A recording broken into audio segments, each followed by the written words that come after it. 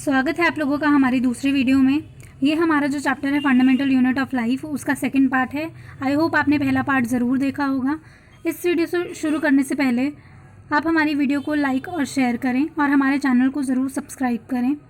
Bell icon को press करें ताकि आपको हमारी वीडियो से जुड़ी हर नोटिफिकेशन मिलती रहे। चलिए शुरू करते हैं। हमने जो स्लाइड ऑब्जर्व करी थी ह्यूमन चीक सेल वाली, उसमें एक सेंट्रल लोकेटेड एक डॉट लाइक स्ट्रक्चर दिखा था। तो वो स्ट्रक्चर होता है न्यूक्लियस, और न्यूक्लियस जो है उसके पास एक डबल लेयर्ड कवरिंग होती है जिसे बोलते हैं न्यूक्लियर मेम्ब्रेन। अब न्यूक्लियस के अंदर हमारे पास पोर्स भी होते हैं। वो पोर्स क्या करते हैं, हमारा जो भी मटेरियल एक्सचेंज होता है हमारा साइटोप्लाज्म में और न्यूक्लियस के बीच में जो भी मटेरियल एक्सचेंज होगा वो इन पोर्स के थ्रू होगा। हमारा जो न्यूक्लियस होता है उसके अंदर अब क्रोमोसोम्स भी होते हैं। क्रोमोसोम्स क्या होते हैं, ये रॉड जैसे स्ट्रक्चर्स दिखते हैं हमें, और ये उस टाइम दिखते हैं जब हमारा सेल डिवाइड होने वाला होता है। ठीक है, क्रोमोसोम्स जो होते हैं वो इन्फॉर्मेशन रखते हैं हमारे इनहेरिटेंस के बारे में। हमारे जो भी फीचर्स जो हमें अपने पेरेंट्स से मिले हैं वो किस में स्टोर होते हैं, हमारे डीएनए में। और डीएनए किसका पार्ट होता है, क्रोमोसोम्स का। डीएनए इज़ डीऑक्सीराइबोन्यूक्लिक एसिड, जिसके अंदर हमारी जेनेटिक इन्फॉर्मेशन होती है। और फंक्शनल डीएनए जो होता है उसे जीन्स कहते हैं, जिसके अंदर हमारी सारी जेनेटिक इन्फॉर्मेशन प्रेजेंट होती है। क्रोमैटिन मटेरियल जो होता है वो एक धागे की इंटैंगल्ड मास ऑफ थ्रेड, मतलब एक उलझे हुए धागे की तरह दिखता है। और जब भी हमारा सेल डिवाइड होने वाला होता है, क्रोमैटिन मटेरियल जो होता है वो क्रोमोसोम्स में ऑर्गेनाइज हो जाता है। तो इसका एक सीक्वेंस है, ये देखिए। तो अभी जो सीक्वेंस होता है ये कुछ इस ऑर्डर में होता है कि हमारे जो क्रोमोसोम्स होते हैं वो किससे बने हुए होते हैं, क्रोमैटिन फाइबर से। जब ये क्रोमैटिन फाइबर बहुत इंटैंगल्ड होके एक कॉम्पैक्ट स्ट्रक्चर बनाता है, उस स्ट्रक्चर को क्या बोलते हैं, क्रोमोसोम्स। और जब ये क्रोमोसोम अनफोल्ड होना शुरू होते हैं, जब हमारा सेल डिवाइड होता है उस टाइम पे, तो क्रोमैटिन फाइबर्स बनते हैं। और क्रोमैटिन फाइबर्स फर्दर हमारा जेनेटिक्स इंफॉर्मेशन स्टोर करते हैं, किस फॉर्म में, डीएनए के फॉर्म में। तो ये पूरा सीक्वेंस है कि हमारा जो क्रोमोसोम्स होता है वो अनफोल्ड होकर क्रोमैटिन फाइबर बनाता है, और क्रोमैटिन फाइबर के अंदर हमारे पास हमारी जेनेटिक इन्फॉर्मेशन होती है। अब जो न्यूक्लियस है वो सेंट्रली लोकेटेड है, हमारे जो हमारा सेल है उसमें सेंट्रली लोकेटेड है। और इसका एक बहुत इंपॉर्टेंट रोल है सेलुलर रिप्रोडक्शन में, क्योंकि जब हमारा सेल डिवाइड होता है दो नए सेल्स में, तो हमारा न्यूक्लियस भी डिवाइड होता है। और न्यूक्लियस जो है वो एक बहुत इंपॉर्टेंट रोल प्ले करता है जब बात आती है कि सेल के फ्यूचर में और सेल की जो केमिकल एक्टिविटी है वो कैसी होगी। तो न्यूक्लियस ये सब डिसाइड करता है।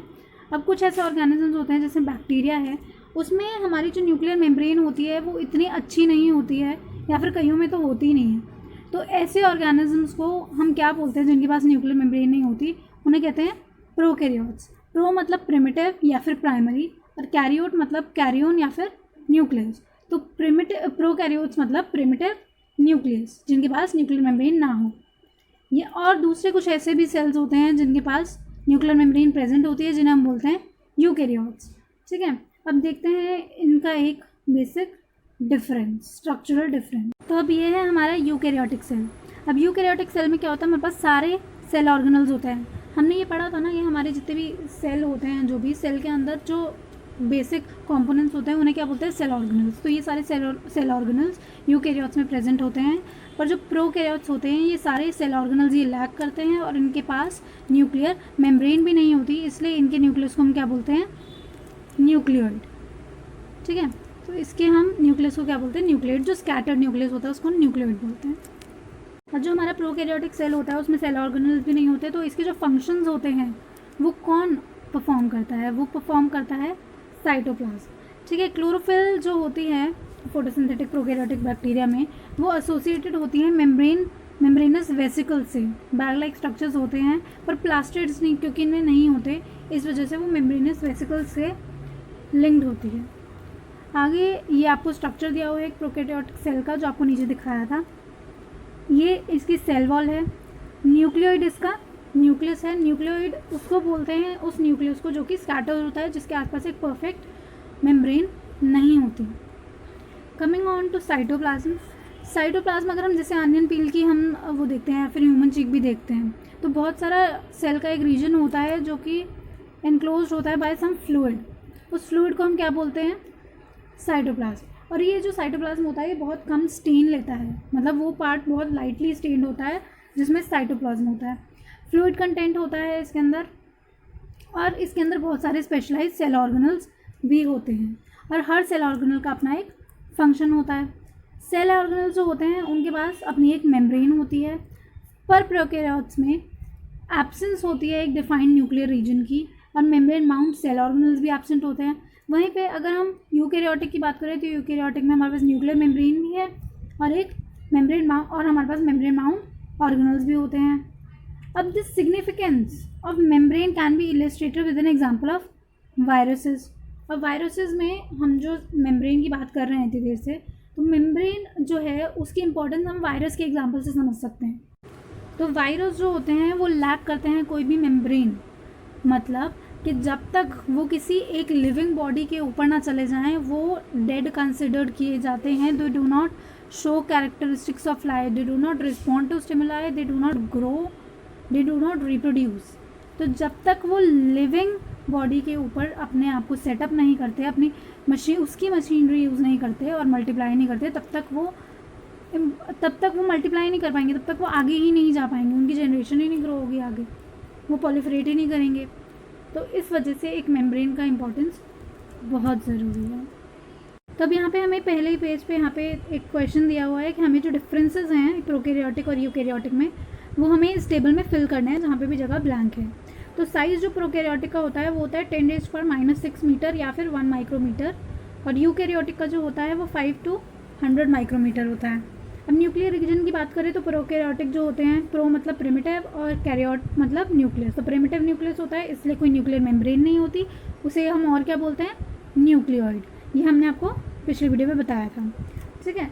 अब क्रोमोसोम जो होते हैं इसमें सिंगल होते हैं प्रोकैरियोटिक में, और यहाँ पे यूकैरियोटिक में एक से ज़्यादा होते हैं।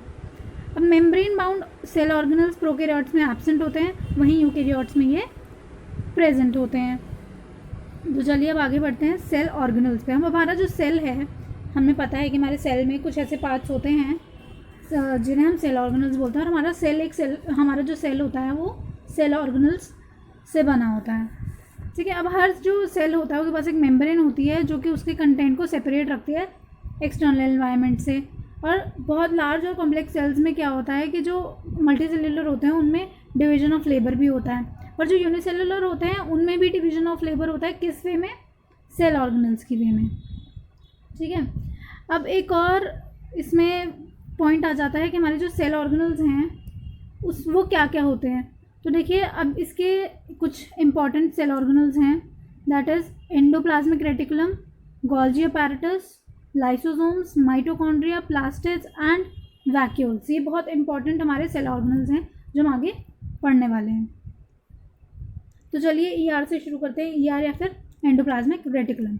एंडोप्लाज्मिक रेटिकुलम जो होता है वो एक लार्ज नेटवर्क होता है मेम्ब्रेन बाउंड ट्यूब्स का और शीट्स का। तो कुछ ट्यूब्स होती हैं जिनके आसपास एक मेम्ब्रेन होती है और शीट्स होती हैं, उनका एक नेटवर्क होता है प्रॉपर। ये ऐसा लगता है कि जैसे लॉन्ग ट्यूब्यूल्स या फिर राउंड बैग्स, मतलब वेसिकल्स बोलते हैं हम बैग, जब भी हम बात करेंगे तो हम उसे सैक लाइक कोई भी स्ट्रक्चर होगा उसे हम बोलते हैं वेसिकल्स। तो ये लगते हैं बहुत लॉन्ग ट्यूब्स लगती हैं, एक राउंड ट्यूब्स लगती है बैग जैसी, ठीक है। अब जो ईआर मेम्ब्रेन होती है वो सिमिलर होती है प्लाज्मा मेम्ब्रेन के स्ट्रक्चर में। तो प्लाज्मा मेम्ब्रेन और एंडोप्लाज्मिक रेटिकुलम की जो मेम्ब्रेन होती है वो दोनों सेम होती हैं। अब हमारा जो ईआर होता है उसके दो टाइप्स होते हैं, एक हमारा होता है आरईआर और एक होता है एसईआर। हाँ, तो आरईआर जो होती है, आरईआर पे हमारे पास राइबोसोम्स प्रेजेंट होते हैं उसके सरफेस पे, इसलिए उसे रफ एंडोप्लाज्मिक रेटिकुलम बोलते हैं। वहीं एसईआर की बात करें तो एसईआर में हमारे पास ये राइबोसोम्स नहीं होते हैं। राइबोसोम्स का फंक्शन क्या होता है, प्रोटीन मैन्युफैक्चरिंग। तो जो भी प्रोटीन हमारी बॉडी में बनता है वो उसका मतलब वो प्रोटीन कौन फॉर्म कर रहा है, राइबोसोम्स। एसईआर जो होती है वो हेल्प करती है हमारी मैन्युफैक्चर ऑफ फैट मॉलिक्यूल्स और लिपिड्स। तो अगर एसईआर का फंक्शन कोई पूछे तो उसमें क्या बोलेंगे हम कि फैट मॉलिक्यूल सिंथेसाइज करती है और लिपिड्स, जो कि सेल फंक्शन के लिए बहुत इंपॉर्टेंट है। अब कुछ लिपिड्स और प्रोटीन्स जो होते हैं वो सेल बिल्डिंग में भी, मतलब सेल मेम्ब्रेन जो होती है उसको बनाने में भी हेल्प करते हैं। क्यों? क्योंकि हमने पीछे पढ़ा था कि जो सेल मेम्ब्रेन होती है वो किस किस से बने होते हैं, प्रोटीन और लिपिड्स। इस प्रोसेस को क्या बोलते हैं, जो ये प्रोटीन्स और लिपिड्स हेल्प करते हैं सेल मेम्ब्रेन बिल्ड करने में, इसे बोलते हैं biogenesis. Important question 1 number 2 number में ज़रूर आता है। Some other proteins and lipids function as enzymes and hormones. अब कुछ प्रोटीन और लिपिड्स ऐसे भी हैं जो हार्मोन्स की तरह काम करते हैं, ठीक है। अब ईआर जो है उसका फंक्शन बहुत मतलब अपीयरेंस में वो हर जो सेल होते हैं हमारे, काफ़ी सेल्स होते हैं, उनमें अपीयरेंस में अलग अलग दिखती है और हमेशा एक नेटवर्क सिस्टम इसका बना होता है। अब हर सेल में ऑब्वियसली हर सेल अलग है, तो हर सेल में इसका अपीयरेंस भी अलग होगा। तो अब इसमें इस डायग्राम में हम फोकस करेंगे। इसमें हमारे पास ये है रफ एंडोप्लाज्मिक रेटिकुलम और ये है स्मूथ एंडोप्लाज्मिक रेटिकुलम। अब स्मूथ पे आप देखेंगे कि कोई राइबोसोम्स नहीं है। वहीं अगर हम RER की बात करें तो RER में यहाँ पे ये छोटे छोटे राइबोसोम्स हमें दिख जाते हैं इस पर, ठीक है। तो ये सेंटर में हमारा न्यूक्लियस है, ये सेंटर में न्यूक्लियस है, ये इसकी न्यूक्लियर मेम्ब्रेन है। न्यूक्लियर मेम्ब्रेन है तो कौन सा सेल होगा? न्यूक्लियर मेम्ब्रेन है और न्यूक्लियर एनवलप है, अच्छे से वेल डिफाइंड न्यूक्लियस है, तो ये यूकैरियोटिक सेल है, सेल ऑर्गेनल्स प्रेजेंट है। ये लाइसोसोम्स होते हैं हमारे, इन सब के फंक्शन हम आगे पढ़ेंगे, पर पहले हम एक बार पार्ट्स डिस्कस कर लेते हैं। Centrioles, this is the plasma membrane, फिर ये गोल्जी अपैरेटस और ये हमारा साइटोप्लाज्म, उसके बाद ये nuclear envelope, this is the nucleus, central nucleus. और ये हमने कौन सा सेल पढ़ रहे हैं हम अभी? Animal cell. तो एक एनिमल सेल और प्लांट सेल में भी काफ़ी बार डिफरेंस आता है, डायग्राम्स भी आते हैं, तो इस डायग्राम को आप अच्छे से देख लीजिए, ठीक है। अब one function of ER is to serve as channels for transfer of materials. अब जो हमारा मटेरियल जो भी सिंथेसाइज हो रहा है सेल के अंदर, उसको ट्रांसपोर्ट करने का काम भी ER का होता है। स्पेशली प्रोटीन्स, जो हमारे प्रोटीन्स होते हैं वो भी, और कुछ रीजन साइटोप्लाज्म के अंदर ही अंदर होता है और कुछ साइटोप्लाज्म और न्यूक्लियस के बीच में भी ट्रांसफर होता है, वो ER का होता है। हमारी जो ER है वो, और मतलब उसका एक और फंक्शन क्या होता है कि वो एक साइटोप्लाज्मिक फ्रेमवर्क प्रोवाइड करती है ताकि हमारे जो बायोकेमिकल रिएक्शंस होते हैं सेल में वो हो सकें, ठीक है। अब चलिए नेक्स्ट पेज पे चलते हैं। तो जैसे अभी मैंने आपको बोला कि ये बायोकेमिकल एक्टिविटीज़ के लिए एक साइटोप्लाज्मिक फ्रेमवर्क प्रोवाइड करती है। और लिविंग सेल्स में, लिवर सेल्स में सॉरी, जो हमारे एनिमल ग्रुप्स होते हैं, जैसे वर्टिब्रेट, जो हम लोग एनिमल्स हैं वो आप पे आगे पढ़ेंगे जब क्लासिफिकेशन हम पूरी पढ़ेंगे। तो वर्टिब्रेट जो होते हैं, जो लिवर सेल्स होते हैं, ठीक है, SCR जो होती है उसमें वो बहुत एक इंपॉर्टेंट रोल प्ले करती है by detoxifying many poisons and drugs. तो हमारे लिवर का मेन काम आपने सुना होगा कि ब्लड फिल्टरिंग का काम करता है लिवर भी। तो इसमें ये ब्लड फिल्टरिंग का काम कौन करता है लिवर में? SCR। तो लिवर सेल्स में जो SCR होती है वो ब्लड में जो पॉइजन और ड्रग्स होते हैं उन्हें फिल्टर करने का काम करती है। अब आगे हमारे पास जो है वो है एक प्लांट सेल। तो इसमें और एनिमल सेल में, प्लांट सेल में और एनिमल सेल में एक डिफरेंस बहुत बड़ा क्या है कि एक सेंट्रल वैक्यूल प्रेजेंट होता है प्लांट सेल में। अब इसके और फीचर्स देखते हैं। राइबोसोम्स हैं, माइटोकॉन्ड्रिया जो भी हम, जो उसमें है ऑलमोस्ट सारी चीज़ें होंगी leaving the cell wall. Cell wall जो है वो सिर्फ प्लांट सेल में होगी और फंजाई में होगी, एनिमल सेल में सेल वॉल नहीं होती। और प्लाज्मा मेम्ब्रेन जो होती है वो अंदर होती है और सेल वॉल बाहर होती है। न्यूक्लियर एनवलप होगा, न्यूक्लियस होगा, गोल्जी अपैरेटस होगा। क्लोरोप्लास्ट, क्लोरोप्लास्ट जो है वो सिर्फ प्लांट सेल में मिलेगा। क्यों? क्योंकि प्लांट सेल जो है वो फोटोसिंथेसिस करते हैं और फोटोसिंथेसिस के लिए क्या इंपॉर्टेंट है? क्लोरोफिल। और क्लोरोफिल कहाँ मिलती है? क्लोरोप्लास्ट में। तो क्लोरोप्लास्ट जो है वो सिर्फ और सिर्फ प्लांट सेल में मिलेगा। तो एक और पॉइंट ऑफ डिफरेंस हो गया सेल वॉल और क्लोरोप्लास्ट के अलावा, मतलब सेल वॉल और वैक्यूल के अलावा एक और डिफरेंस है क्लोरोप्लास्ट का। Rough endoplasmic reticulum, lysosomes, smooth endoplasmic reticulum, cytoplasm, और ये सब तो हमने पढ़ाई है। आगे बढ़ते हैं गोल्जी अपैरेटस पे। गोल्जी अपैरेटस जो है वो सबसे पहले कैमिलो गोल्जी ने डिस्क्राइब किया था उन्हें सबसे पहले, इसलिए उनके नाम के ऊपर गोल्जी अपैरेटस हमने रखा हुआ है। ये मेम्ब्रेन बाउंड वेसिकल्स, वेसिकल्स मतलब बैग लाइक स्ट्रक्चर्स की तरह अरेंज होते हैं, पैरेलल होते हैं एक दूसरे के सैक की तरह फॉर्म में, और इन्हें हम क्या बोलते हैं? सिस्टर्न्स। सिस्टर्न्स हम इसे बोलते हैं, देखिए जैसे ये है, ये पैरेलली अरेंज्ड है बैग लाइक स्ट्रक्चर्स, और इन्हें हम बोलते हैं सिस्टर्न्स। अब क्या होता है कि ये जो मेम्ब्रेन जो हैं इनके ऑफन कनेक्शंस होते हैं ER से। ER से कनेक्शन क्यों है? क्योंकि जो भी हमारा मटेरियल सिंथेसाइज का काम होता है, जो पैकेजिंग का काम होता है, सिंथेसाइसिस का काम होता है, वो सारा गोल्जी अपैरेटस का होता है। तो अब ये जो पूरा स्ट्रक्चर है, देखिए जो मटेरियल सिंथेसाइज हो रहा है ER के पास और पैक हो रहा है वेरियस टारगेट्स के लिए inside and outside this cell. ये फंक्शन किसका है? गोल्जी अपैरेटस का।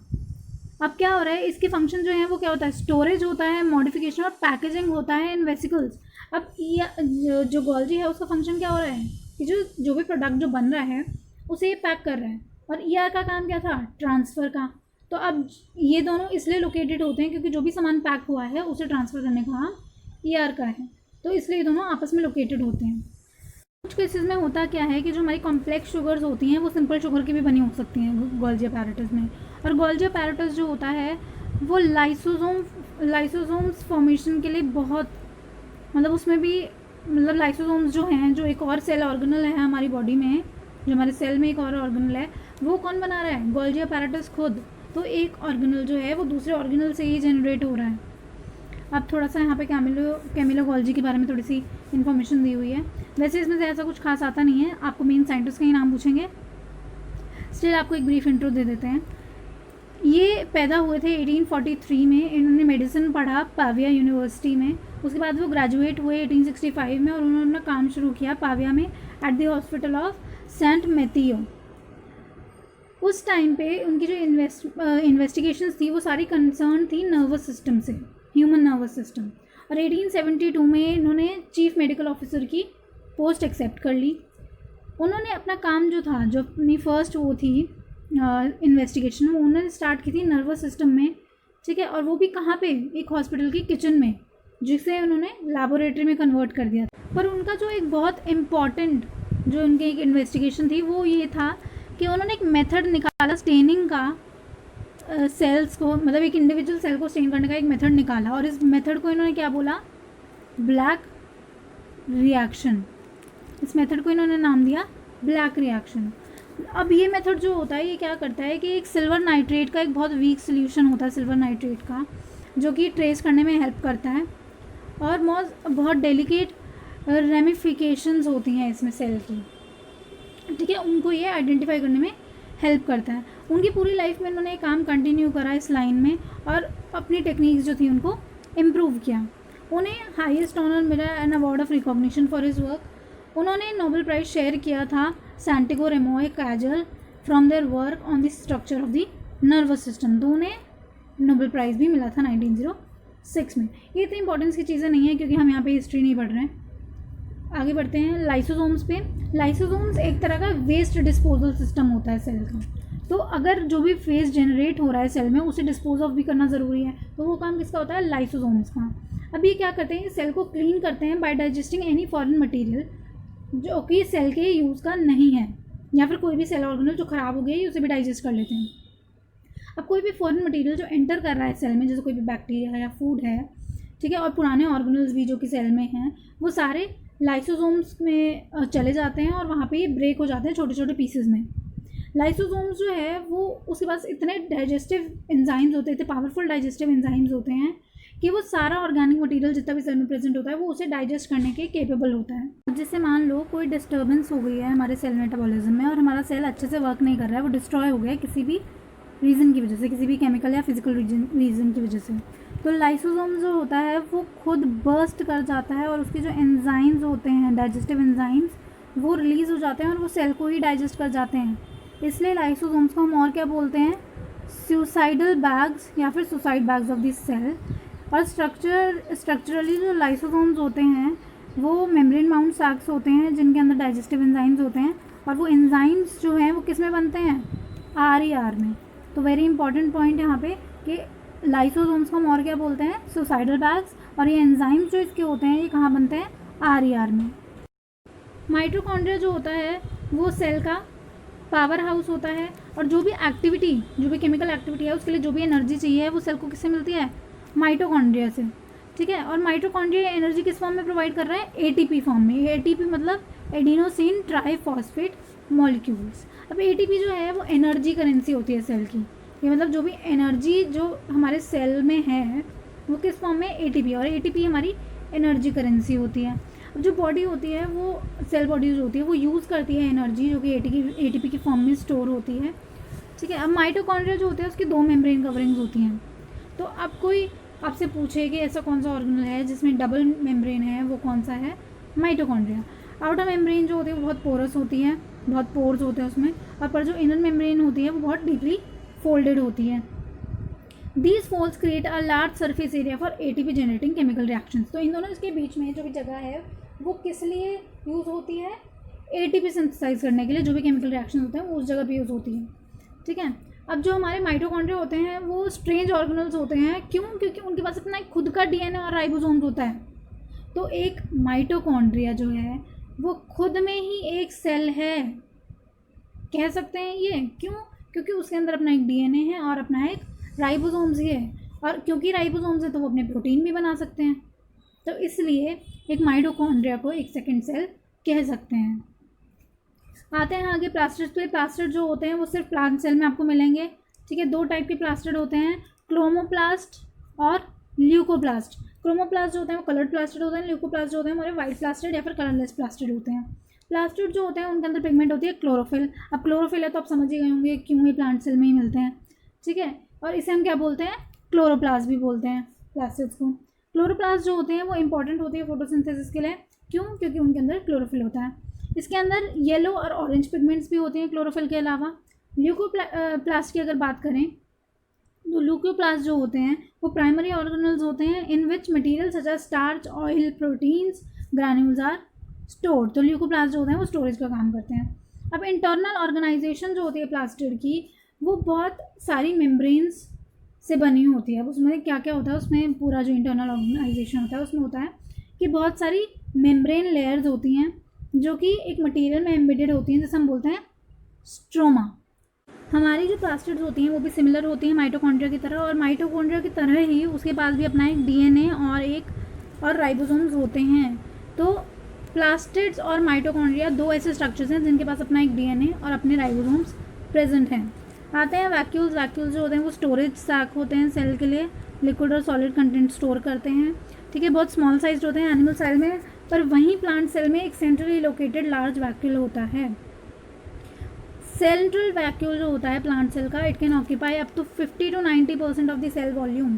तो जैसे आपको एक डिफरेंस मैंने पहले भी बताया था कि जो प्लांट सेल होते हैं उनमें एक बहुत बड़ा सेंट्रली लोकेटेड वैक्यूल होता है।